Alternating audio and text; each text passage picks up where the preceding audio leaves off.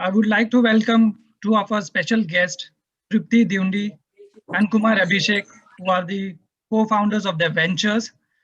So before introducing them and taking on the session further, I would just like to brief you about the session. This is the second episode of the webinar, which is called as Startup Masterclass. The first episode was on from ideation to business plan, wherein we talked about how to generate ideas and how to proceed to business plan. So for newcomers who haven't attended it, this was a brief. So this is our second episode to our masterclass, and the topic is, from where do I get my funds? So before beginning the session, I would request Mr. Anil Sachdev, our founder of Soil, also a leadership coach and mentor to many MNCs, to just address us for a couple of minutes. Anil, sir.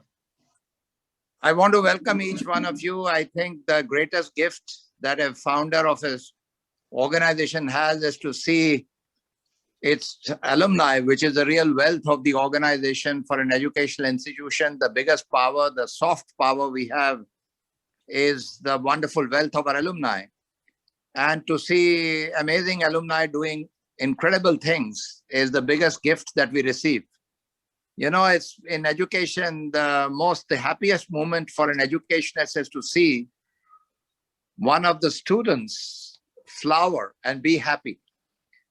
And so to see the two of you today, Tripti and Kumar Abhishek, flower and come to share your stories is a very, very happy moment for us, because we just enjoy listening to you and enjoy listening to your stories about how you are sourcing inspiration and happiness, and in the process discovering your own potential. And I know this has been an incredibly difficult year for everybody, including all of us. Many of us have lost some really loved ones who were close to us.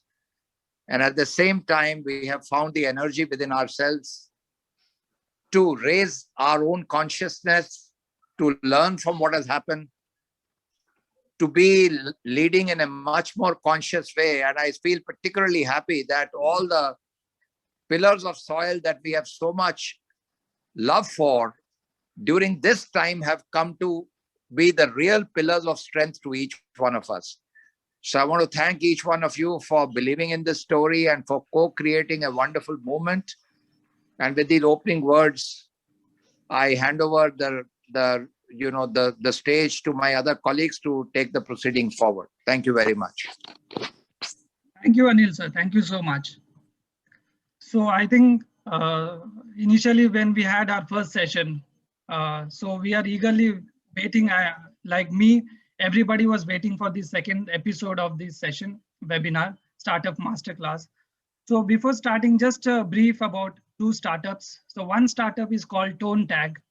Now, the name itself talks about it, Tonetag. So basically, it is globally the first technology to enable cashless digital payments from cards and wallets from feature phones without internet.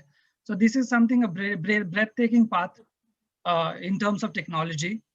So basically, what happens? Have you ever imagined going to an ATM and not even inserting a card and getting the cash out of it? So this is kind of a technology Tonetag is working on. And it is actually helping many rural parts of the country wherein mobile users and smartphone users are less and feature phone users are more. So they are enabling this technology without the use of internet, how you can make the payment transactions. So that is one Tonetag backed by some MNCs like Amazon, MasterCard, Reliance Capital, and have raised more than $12 million so far. And the other venture is, so I would like to invite Kumar Abhishek, who is the founder, partner of Tonetag, also a Soil alumni of 2009-2010 batch.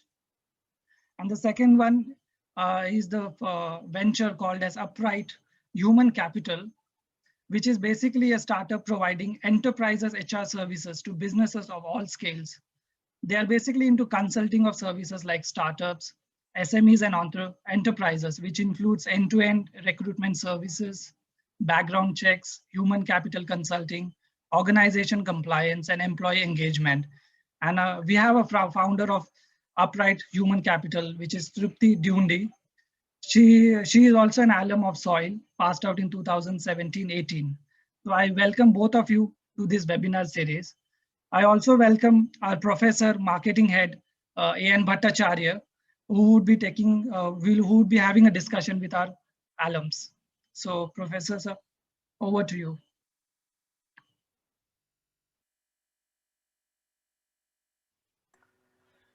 Thank you, Kevin. I hope I'm audible. And thank you, Anil, also for the wonderful introduction. Just for the sake of others, I'll tell you, it actually takes a lot of courage and strength for a person like Anil Sachdev. Throughout the day, 13 hours, he was in a workshop, standing and actually taking up a leadership summit. But he chose to come to this particular event because he wanted to see and he wanted to greet two of our wonderful alumni who are actually doing a great job of creating what is called wealth, real wealth in the country. So once again, welcome Kumar, Abhishek, and welcome Tripti. Both of you, you have made us all very proud, and Soil always keeps remembering, you know, the wonderful work that some of our alumni are doing continuously for the last many years. Just to give you a small idea, let me tell you, Kumar and Tripti and the rest of the people who are there on the Zoom, we have as of now more than 35 Soil alums who have started their own venture. So that's actually a wonderful beginning for an institute like Soil, which is hardly, what, 11, 12 years old. And we already have some of them who are doing exceptionally well, like Kumar is doing very well, and you know many of them like Ninja Kart, and you know, Paramdeep Singh is doing a great job in field assist. So I'm looking forward to the second phase of what Soil really intends to do. On one side, we create inspirational leaders who can actually take responsibility of the market conditions. And on the second side, they can actually give back to the society in their own way by creating wealth and value for all those people who aspire to really build this nation. So that is the whole idea of creating this, this webinar platform. The brief I'll give you is, the format of this particular session would be, I'll initially be for maybe the next 15-20 minutes, I'll be asking a few questions to Kumar and Tripti. Then I would expect many of our audience to actually start up, they have their own questions. And those questions will be taken up by Kevin. And then Kevin can field those questions to whoever it is, you know, addressed to. Maybe it is Kumar or Tripti. So is that fine with you, Kumar and Tripti? Yes, sir. Great. So let me give it a try. The biggest question that most, or rather the stumbling block for most aspiring entrepreneurs in India is, I don't have money. Where do I get the money from? My idea is great, but unless I have money, I cannot start a business. And I know at least both of you, I know you started off your business with an idea in mind and a passion in your heart. And you never ever thought that whether you have money or not, but you actually went ahead with your idea. So let me understand more from, I'll start with maybe Tripti. What is it that really drove you to think in terms of this business? And if you can tell me something more about what business you are into, plus for the sake of audience, if you can explain some of the business model that you have. Yes, sir. So, sir, you know, my business, UnrightHC Solutions Private Limited, you know, I've started this business with the bootstrapping, you know, invested, you know, the capital from, you know, my own savings and my previous jobs, like, you know, whatever I've worked previously. I wanted to create, you know, an organization which is self-sustained and, you know, without any external inputs. So that is why I chose to be a bootstrap for, you know, initial few years. We have started this company in 2019. This is, you know, a talent-oriented company where we are into talent hiring, you can say talent acquisition. You know, we are into getting into background checks, like, you know, that is a very start of it. And some of the consulting, which, like, you know, when we meet to our client and if they face any difficulty out there, then we help them out. So right now, consulting, we are not doing in that pace where, like, you know, we have been there. But yeah, I mean, like, you know, talent hiring and acquisition is the major area where we are contributing. So, you know, in terms of bootstrapping, you know, I felt that this is an effective model, you know, which actually encourages simplicity and the flexibility during the early growth phase, like, you know, which we were into. The majorly which we thought of that you only need, you know, to make this model work is to, you know, look around the market and the growth with the limited resources. So you have to always keep the budget in the mind, and you have to always think about that how many things you can learn. So you have to learn initially accounting, you have to create your own web page, you have to see, you have to learn that like, how to register your company. So everything was on your own. So bootstrap is all about that, like, you have to work with the limited budget and limited resources. Coming back. So, Yeah. so let me, let me come back to you once again. But Yeah. before that, I just want to ask you one question. You started off your venture in 2019, which was not a very bright year, if you remember. 2019, in fact, in 2020, we had this COVID. So probably you started off and then you landed up yourself in this COVID situation. So you would have faced a couple of challenges there also. Yes, sir. I just want you to think of all those ideas that you had, all those challenges that you faced. In the meantime, I will move to Kumar and ask him about what his business is. And for the sake of the audience, if in simple terms, not using any technical jargon, if Kumar can explain what the business is all about. Yeah, I'll try my best. So what we do at Tonetag is we use sound as a medium to transfer data. Wow. So that's all we do, right? And then we can put, but I mean, you can transfer data through sound, but what do you achieve or what do you solve while doing that, right? So we picked up some very large problem statements. So one was financial services. We think that,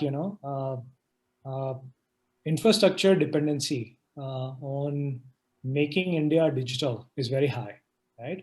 But if we can use something as simple as sound to solve for that infrastructure related issues and help the country move to digital, I think that's a big thing we can chase for. So that was one use case which we are trying to solve with this. And second is, things around, so voice is also a kind of sound, right? So how can we simplify our journey when we go out and do some purchase or things like that by just our voice, right? So every day I go to Starbucks to buy a coffee, but why should I stand in the queue, right? Or take out my card and tap? Why can't I just say, one cappuccino, and the order also goes, the payment also goes, right? So there's another big global problem which we are trying to solve. So these would be the two use cases where we are trying to deploy our tech and give a meaningful experience and solution to both consumer and the ecosystem. Good. Thank you, Abhishek. That was actually a wonderful explanation in very simple terms. Now, I also, want to, for the sake of the audience, I would like to tell them that Abhishek is our first batch alumni, and Tripti passed out 2 years back. So, purposefully, I took these two people because on one side, you have somebody who has put in 10 years in this business. And, God willing, I'm probably looking at a unicorn when I look at Tonetag. And when I look at Tripti, I actually see the young dynamic drive of a woman leader who actually wants to make a difference by using the talent that she has. And for the sake of the rest of the world, I'll tell you, Tripti is actually doing human capital, resourcing for many global companies also internationally. And similarly, Abhishek has actually some of the clients who are probably globally present and they're doing some great business. Now, having said that, I would like to ask Tripti first. And the topic is basically about funds. Yes, sir. So the one big thing that we always think of is, shall I use my own fund? Or shall I go and take funds from somewhere else? So in your model, what is it that you probably thought was best suited? And I know that you are into the services business. There is no capital investment in terms of plant and machinery. Yes, sir. So what was the model that you thought in your mind would be best suited as far as funding is concerned? Yes. So, the model, of course, why I opted bootstrap initially, because when I was thinking to start a business, I was thinking that what I am good at. So first of all, the idea, focus on the idea that, okay, this is the idea I have. Then of course, when I went into the market, I saw that what is I know that what is all about HR and how will I get the business? So, when I started digging around, and I, discussed my idea with some of the people. So initially, before starting only, I got 1 or 2 clients. So I thought that why not to get into services. I know my best area, that is like, talent hiring, like, that was one of the best area I had, like, when I was working in the jobs. So I opted that. I had some money saved from my previous jobs. So I thought that, okay, let's start into the services, because I have limited money. I don't want to get into, go into the market or get into the funding right now, like, because it's very initial stage. Whether that will work or not. So, and I really wanted to start something. So, I went towards that, that little amount of money. I thought, okay, let's use it. Let's take a place and let's start something, like, with some of the customers, like, which I've got. And then, like, I've started working around it. So it was very little, capital I had. And I just started the business without thinking anything else. So that was pure and simple, that I knew that, okay, I know hiring, I know talent management. I have this client, I have to work for him. If I'll earn something, then I'll take it forward. Otherwise, I'll see that, okay, the jobs are around. Very good. Very So good. that is Beautiful. how I did. So beautiful. That's actually a lesson for many of the young aspiring entrepreneurs who are there in the audience. Like, if you have a powerful idea and if you have good amount of confidence in the strengths that you have, then maybe a bootstrapped organization can actually lead to some good business in future. Yes, sir. So thank you, Tripti, for sharing that honest confession. On the other side, when we look at Kumar, and Kumar has actually gone through a whole series of ups and downs in business. And if I'm not mistaken, if I have the right information, he started from bootstrapping and now probably he is in series 1 funding through a VC, if I'm not mistaken. So if Kumar can share some of his, funding journey. Yeah, no, I think I totally align with what Tripti said. And I think for everyone here who have an idea and, want to give it a shot, bootstrapping is definitely the first thing, right? So once you have an idea and you're zeal to kind of go ahead with it, you need to also plan that, hey, I have to somehow come up with a solution for that problem, right? Till then, I have to bootstrap, right? I have to, either use my capital or friends and family or whatever, but till I don't find a solution for that problem, right, I have to kind of keep kicking it. And once you have found a solution is when you start thinking of an external capital, right? So who should you raise from? Why should you raise from? Those will be the questions which will be, needs to be answered, right? And especially what you are going to do with that capital, right? So once that is done, you get some angel and seed. And when you start showing a good traction by utilizing their capital, is when you can proceed for other rounds, right? So we have done Series A. Last round we did with Amazon. Although back then we knew that the next raise is going to happen 2-3 years down the line, so we wanted to raise enough to last 2-3 years comfortably, and that's where we are. But yeah, from a journey perspective, it starts with bootstrap. That's where you have to find a solution for the problem. And if you're chasing a bigger problem, then I think you have like more leverage to play around with it. But if it's a very niche problem, you get very less leverage, with you, right? And once your solution is found, then you go back to reach out to some angels. So you have to kind of think that who are these guys I should raise capital from. So for example, if you're doing something in human resource, I think you have to think that, so for example, Anil sir is a good example. You can, pitch him your idea because you would understand what you're trying to solve. So similarly, so in our case, I knew that I need to go and pitch to some people who are at a very senior position in banks and financial services who can understand what I'm trying to solve and give me the early capital, which we call as angel or seed. And then I have to build a traction, right? I have to quickly understand a product market fit and show some little bit traction. And that is when you go for VC capital and stuff like that. So Kumar, thank you for that insightful sentence from your side. I'll just ask you one more question because this is actually very pertinent when it comes to anybody who wants to be in his own business for a longer period of time. When you're looking for funds from outside, I think typically there would be a couple of questions which would come in anybody's mind. Say, for example, I'll have 3 questions which I want you to help me answer. So the first is, what is the type of fund you want? Do you want a equity stake of the investor, or would you want an investor to invest and probably he would just take some interest or some returns and they'll push off? Or that was the first question. The second is, whenever you pitch an idea to an investor, what are the risk perceptions of the investor? If you can explain that. And third, how do you justify what is the return that the investor can get if he's looking for a return, be it a equity stakeholder or maybe simply a loaning partner?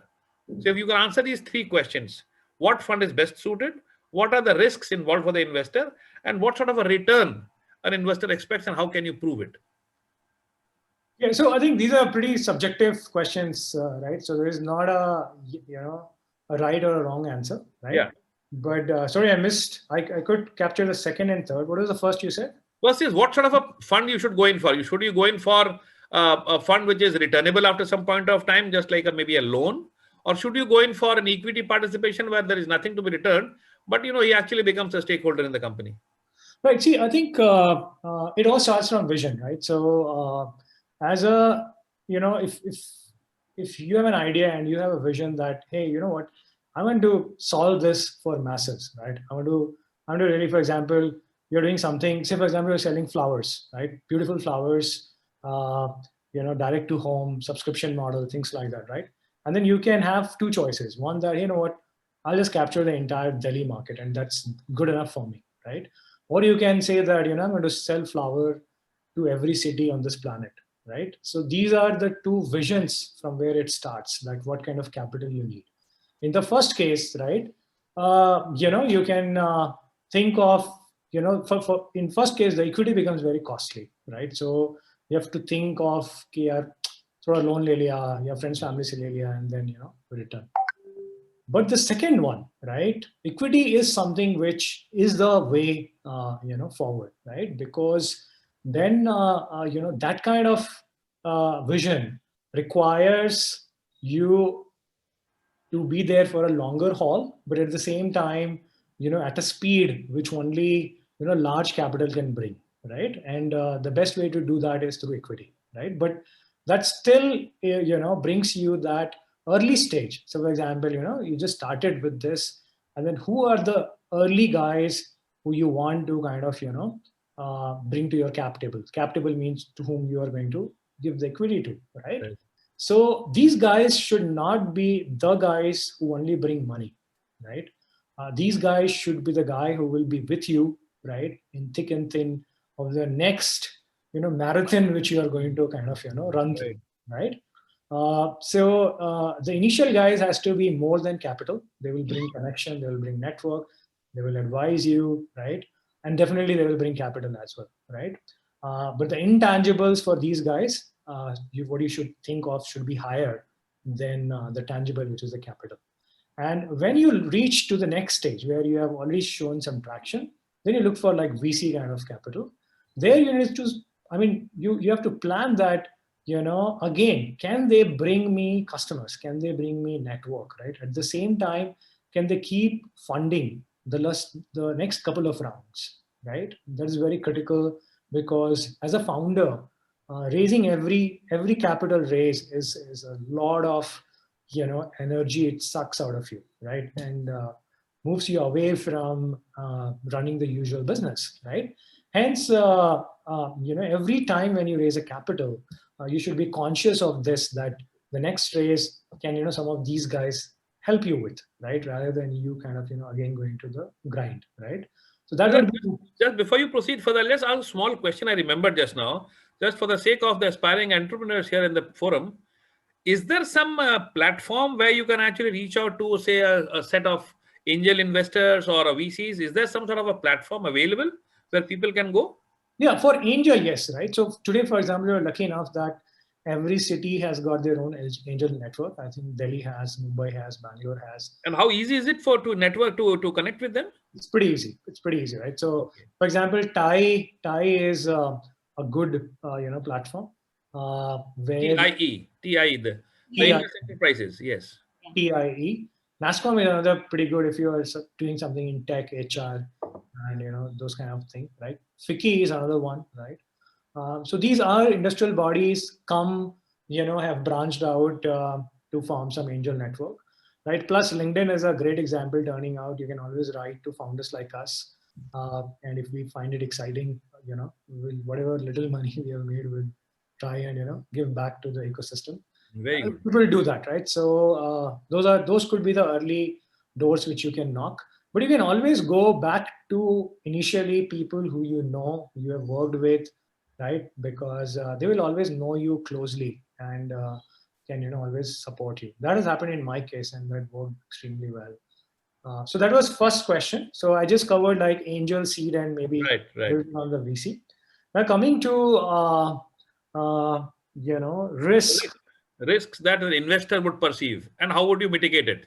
Yeah. So see, early stage investors are pretty clear that they are kind of, I won't say philanthropist. Yeah, मतलब सांप के मुंह में ही हाथ डाल रहे हैं. Like it's like वो सांप के ऊपर है कि वो काटेगा ही नहीं काटेगा. But see, so yeah, you're right that most of these guys are about giving to the ecosystem, right?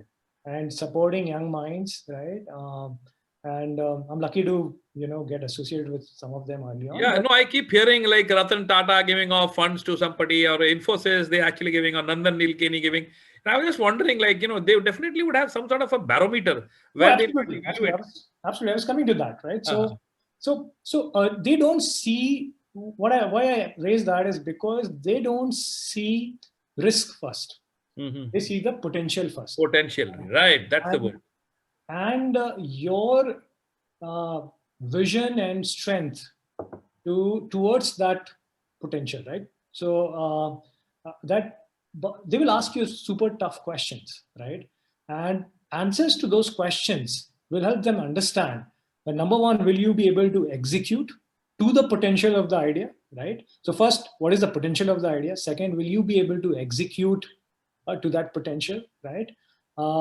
And third, definitely would be that, what is the path you have chosen for that? So these will be like three big things where they will surround their questions around.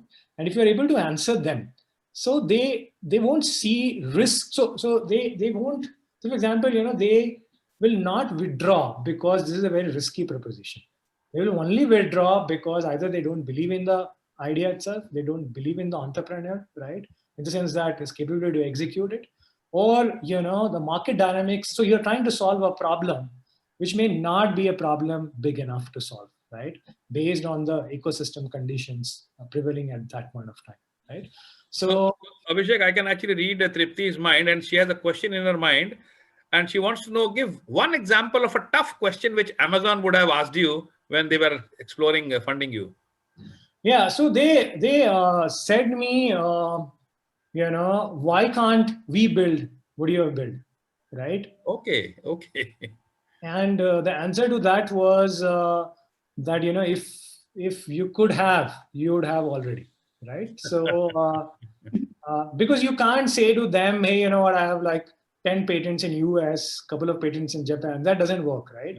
So what they wanted to see is the confidence which we have in our own product, and can it stand out the rigor and validation which a guy like Amazon puts. And we happened to be, back then when we were starting the integration, we were the only second product globally which Amazon has integrated in their own app.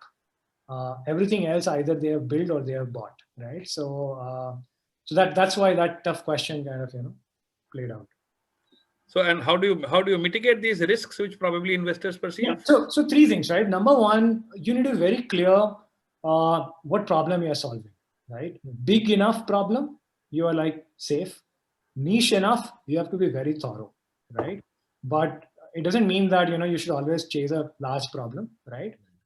जो आलसी होते हैं उनके लिए better है कि large problem solve करो, right? Because you have like multiple ways, multiple time to kind of play. Very right.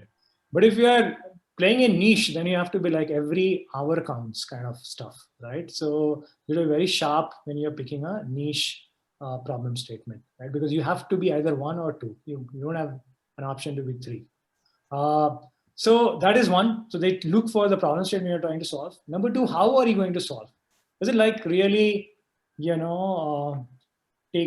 solving it by lifting a big sack on your shoulder and then kind of, walking 2 kilometers, or hiring an auto and, doing it? So your approach to the problem statement, right, or solution or execution is very critical, which runs in their mind.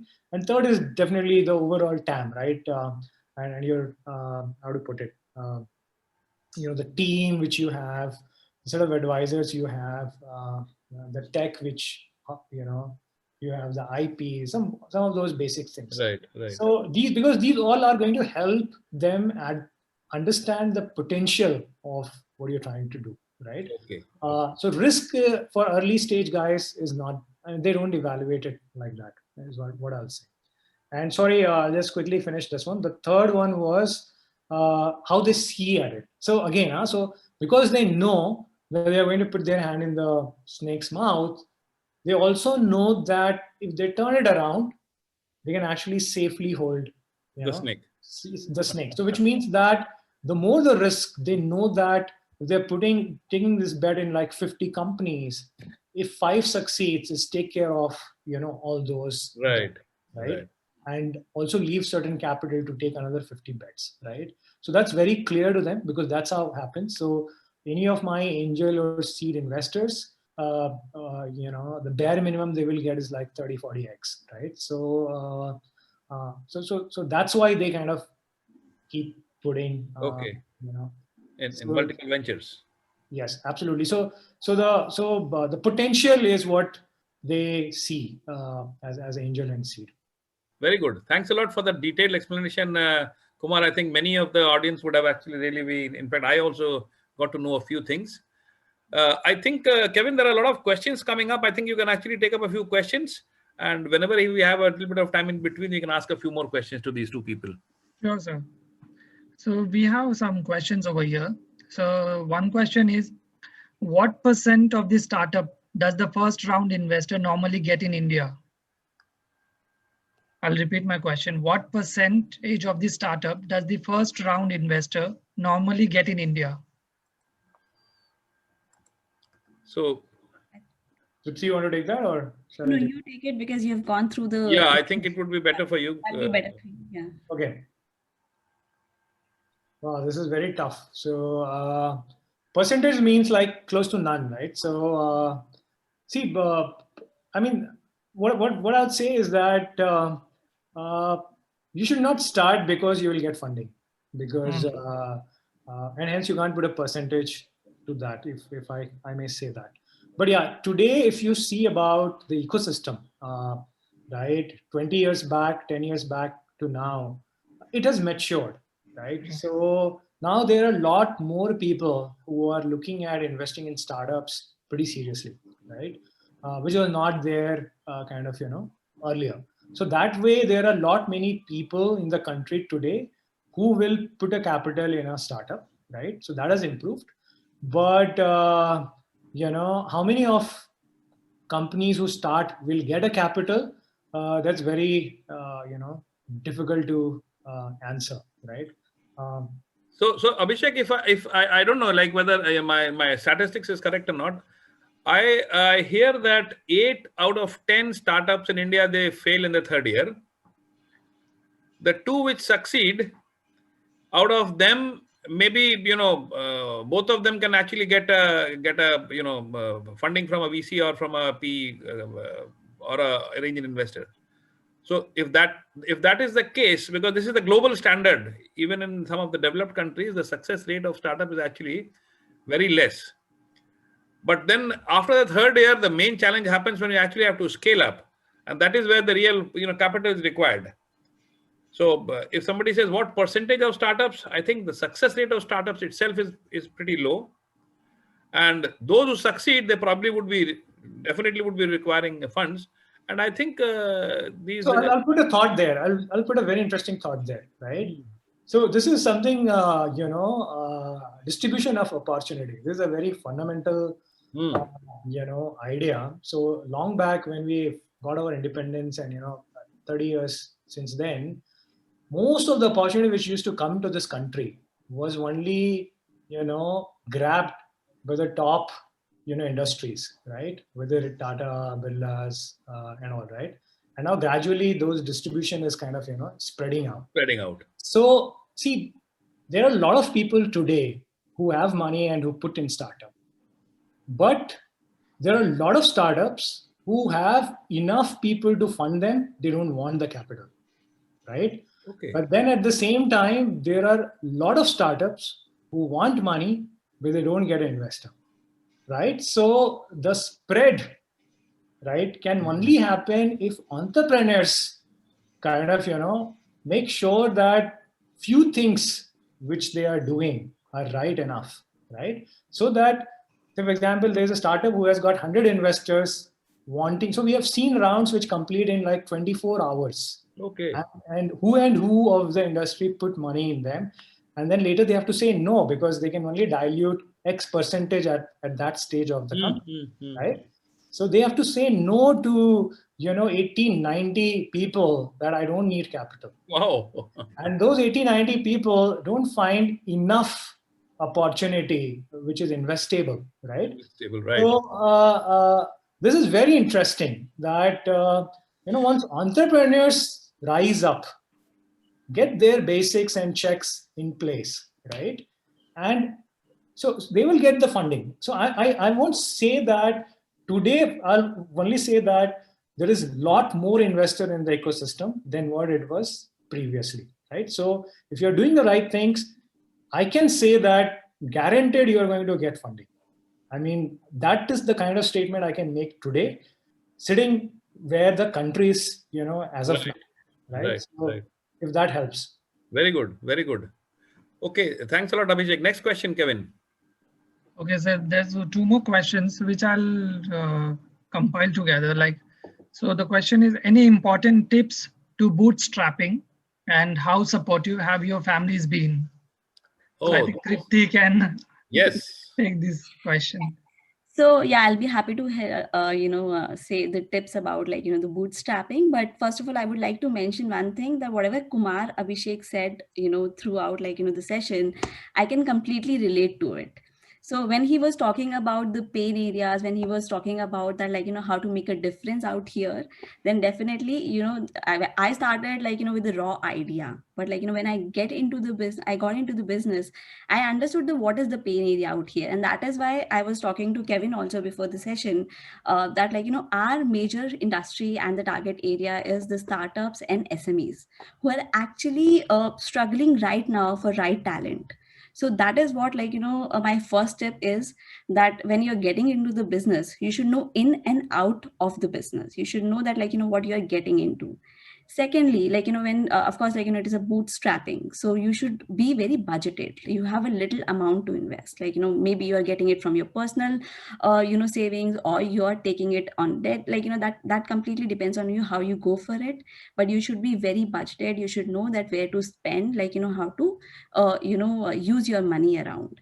So it should be in the business, as well as how presentable you are to your business.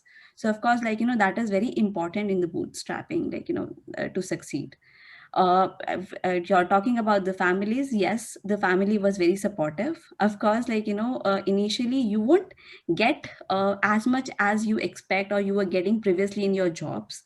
But if you are confident that your idea is going to work, and the results will be oriented and generated, then definitely the family is always there with you.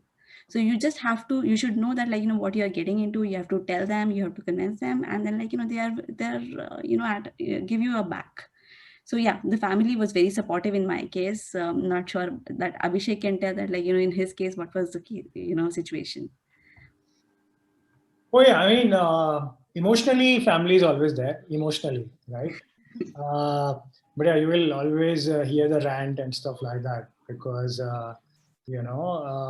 you are taking something which is pretty uncharted stuff, correct? Nobody knows, nobody's seeing the light at the end of the tunnel except you. So they will be around, they will be emotionally connected, but don't think that boss, मतलब सुबह उठे तो नाश्ता ready है, and वो सब, that all will, just because you have started up doesn't mean that the world will fall, boss, you have come. ऐसा कुछ नहीं होगा. So you still get your share of scolding, and your share of stuff you have to still do. And I think that's how it should be, because it's not a like relay race that those are dawding and then exit.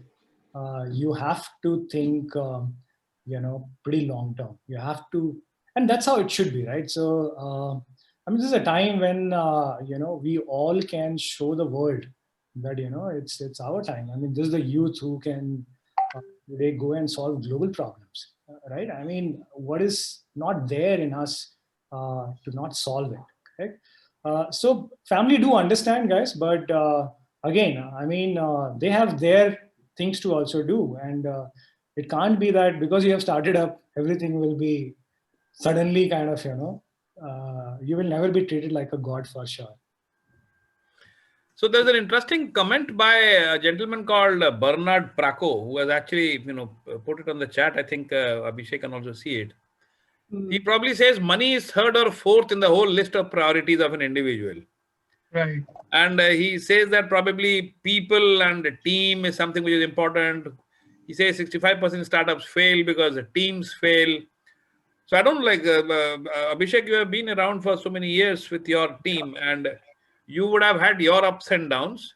But does it really impact the motivation or the passion of the founder?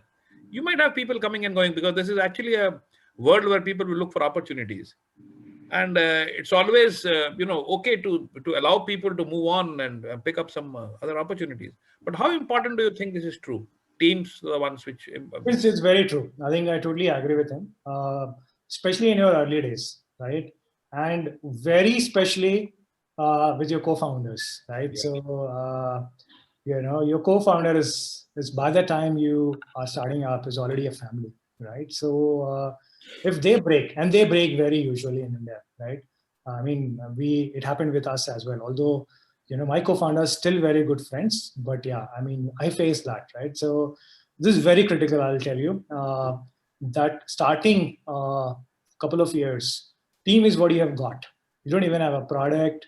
You have like some friend's family who sees, theek hai, kuch kar raha, paise dal do, right?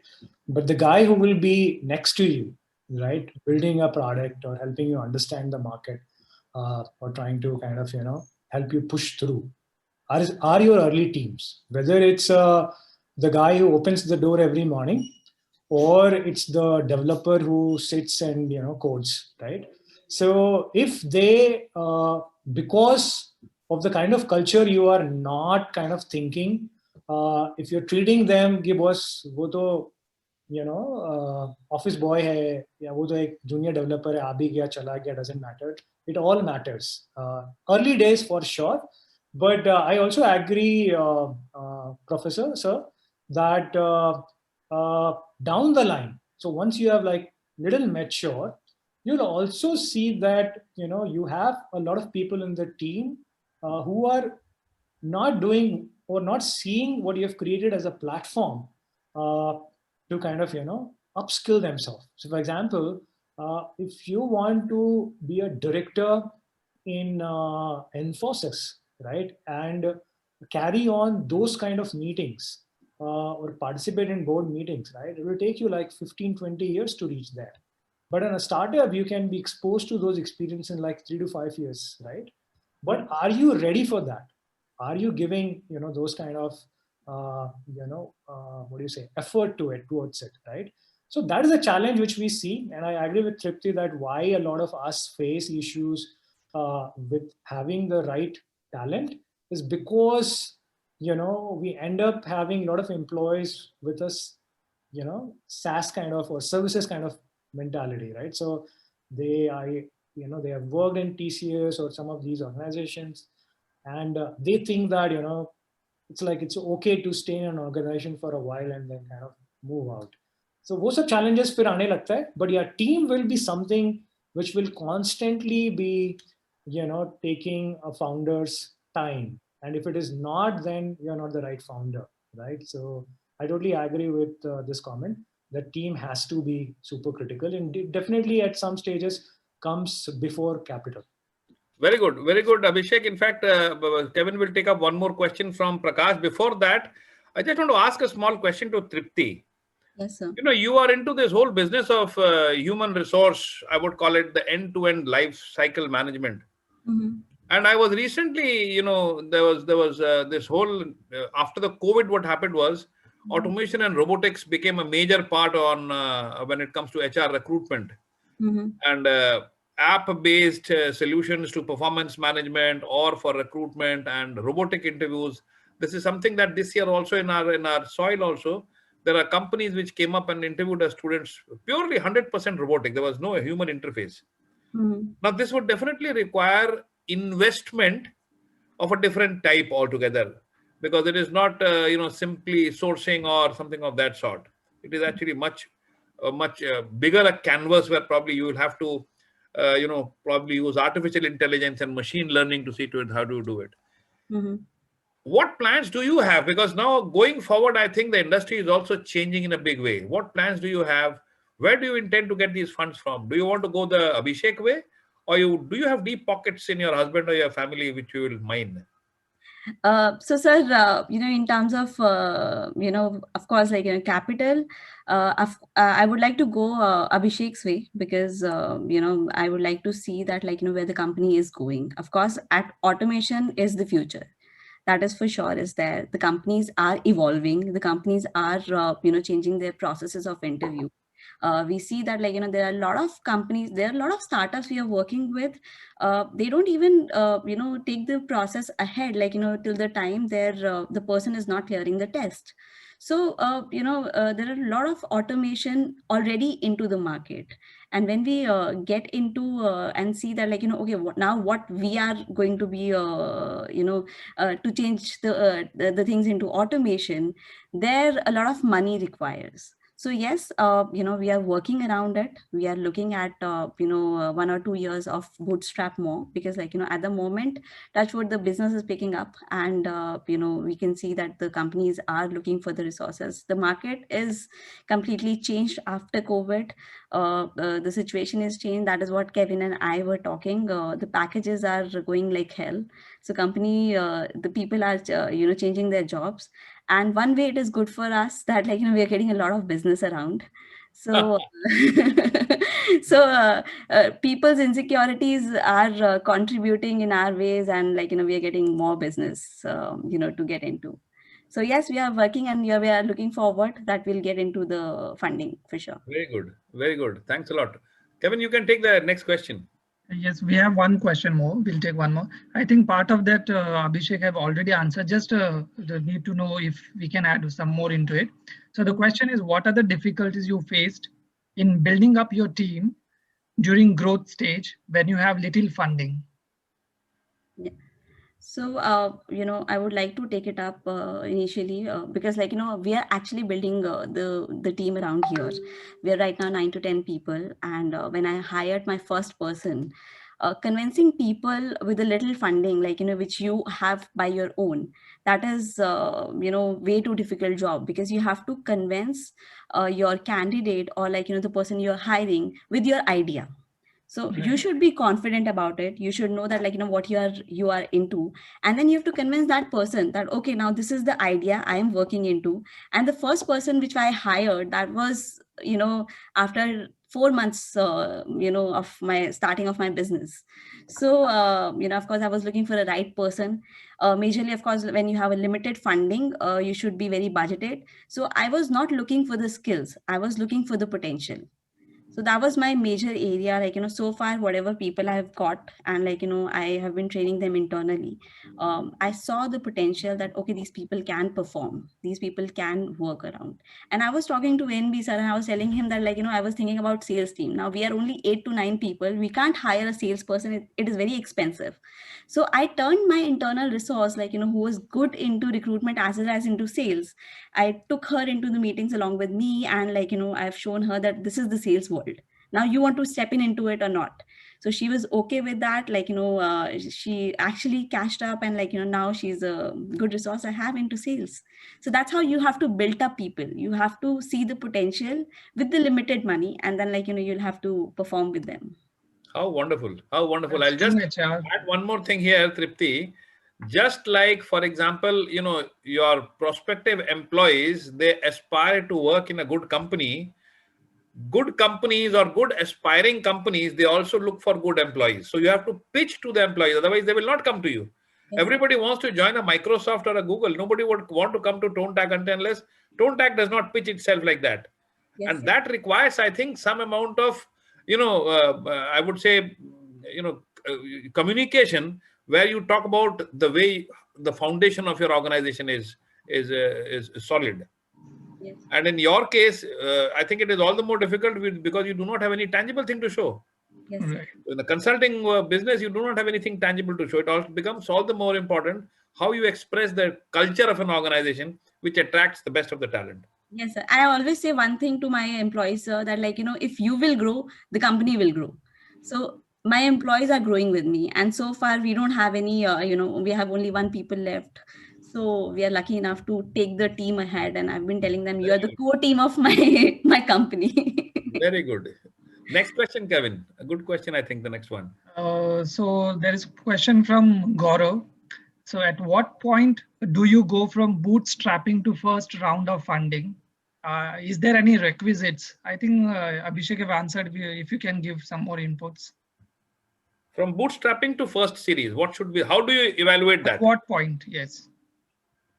Yeah, I mean, bootstrapping will get your MVP kind of sorted. And then gradually you'll see that, boss, there is an opportunity to grow here because I think I'm able to solve the problem and I don't have money. So he will go and raise, right? So that's how I think the transition will happen. Okay. Okay. So I think, okay, we'll take one more question then. Yeah. So yeah, the question is, what really makes a startup successful? It's a very subjective. Is it the idea, the money invested, the potential of the entrepreneur, or the team? Because I'll take that. This is a very interesting question. And the answer is the last one. It's not The team. If it was like multiple choice, I could say all, but Right. if it is not, then it's team. See, I mean, we are from soil, right? So if all the audience is also from soil, I'll tell you, we are like people's guy, right? And fortunately for us, entrepreneurship is about people.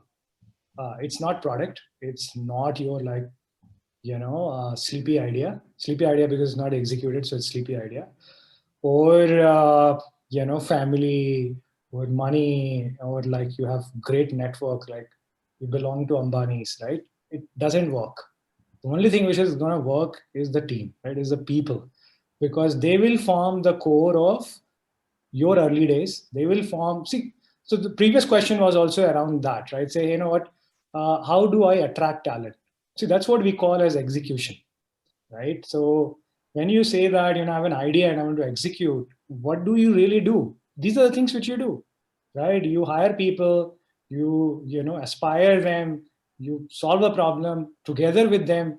So all around you, there will be people, right? So team is the critical thingy. However interesting or bad your idea is, if you have the right team, you are a winner. Good. I think there's one more question, which I think quickly, if you can, Abhishek, if you can answer that. Okay, I'll take it. So here it is. Success is great. Abhishek, can you speak a bit about startup failures and why it is important for the ecosystem to understand and appreciate the same? So it's happening, guys. I think, I don't know, maybe 20 years back, people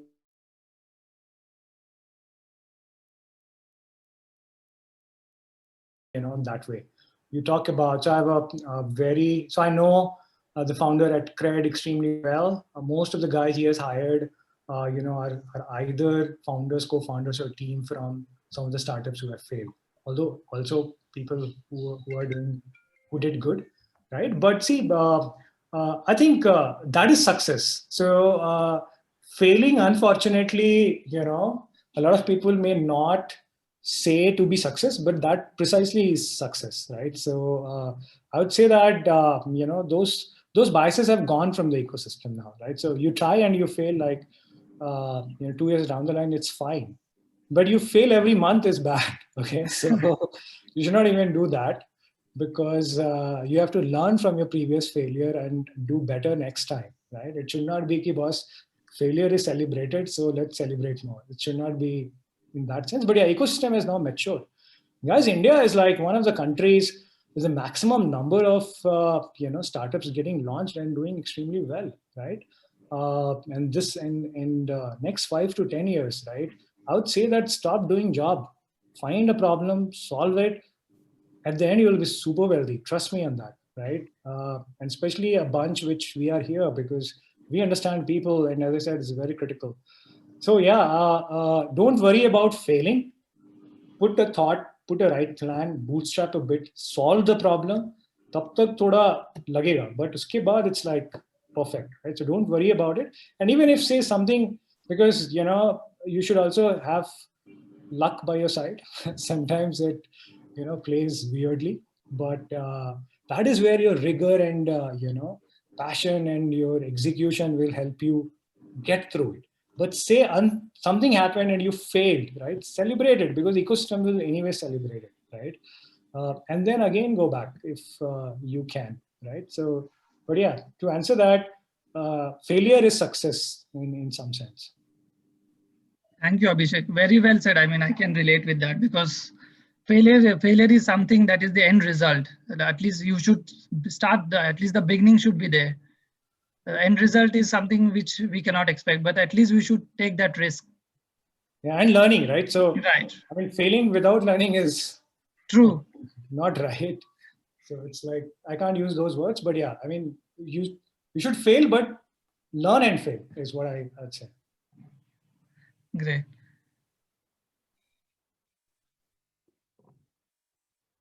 Sir, I think you're on mute. Yeah, so we have come to the end of the session, Kevin. So now Kevin is on mute. Yeah. Okay. So yes, it's almost about to be 8 now. We are running short on time. Yeah. So let me thank both Tripti and Kumar for the wonderful insights that you gave. You gave us an opportunity to peep inside your life. And as we typically say that, yesterday Anil was interviewing one of the proteges of Bachendri Pal. Bachendri Pal, the first woman to climb the Everest. And her protege, Hemant Gupta, is now heading the Tata Steel Adventure Foundation. And Hemant Gupta, actually, he also scaled the Everest. And he said one thing: scaling the Everest, that destination or goal is not important.